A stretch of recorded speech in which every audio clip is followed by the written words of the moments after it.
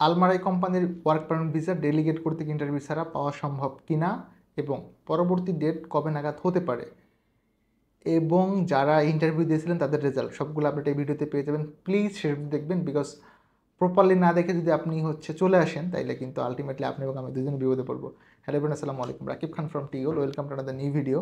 দেশ এবং দেশের বাইরে যারা আমাকে দেখতেছেন আশা করি সকলে অনেক অনেক বেশি ভালো আছেন। আমি প্রথমে বলে দিচ্ছি, আমাদের গত গ্রুপে যারা ইন্টারভিউ অ্যাটেন্ড করেছিলেন তাদের মধ্যে 3 জন কৃতকর্তা পাস করেছেন। নাম্বার 1 হানিফ মিয়া ভাই, পাসপোর্ট নাম্বার লাস্টে 077। আব্দুল কাদের ভাই, কংগ্রাচুলেশন, অনেক কষ্ট করছেন আপনি আপনার এই ইন্টারভিউয়ের জন্য। সুরজ আলী ভাই ইলেকট্রিশিয়ান, আপনিও পাস করছেন। এই 3 জন আমাদের সিলেকশন পেয়েছেন। কিপ নোট, আলমারাই কোম্পানিতে ডেলিগেট কর্তৃক ইন্টারভিউ ছাড়া আসলে ভিসা হয় না বা পাস করার কোনো সম্ভাবনাও নেই।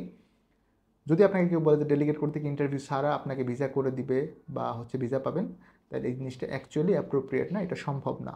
বিকজ এই কোম্পানি শুধুমাত্র ডেলিগেট কর্তৃক ইন্টারভিউর মাধ্যমেই লোক নেয়, আদারওয়াইজ তারা কোনো ওয়ার্কার নেয় না।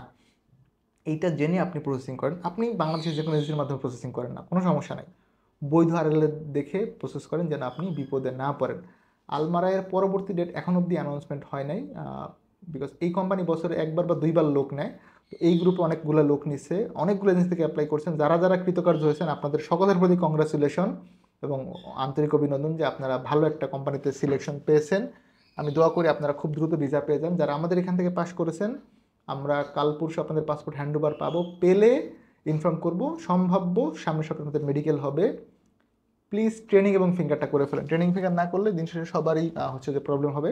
যত দ্রুততম সময় সম্ভব ট্রেনিং ফিঙ্গার করে ফেলেন যেন আপনি এবং আমি উভয়ই সেফ থাকি। যারা আমাকে নিয়মিত দেখেন আপনাদের প্রতি অনেক বেশি কৃতজ্ঞতা।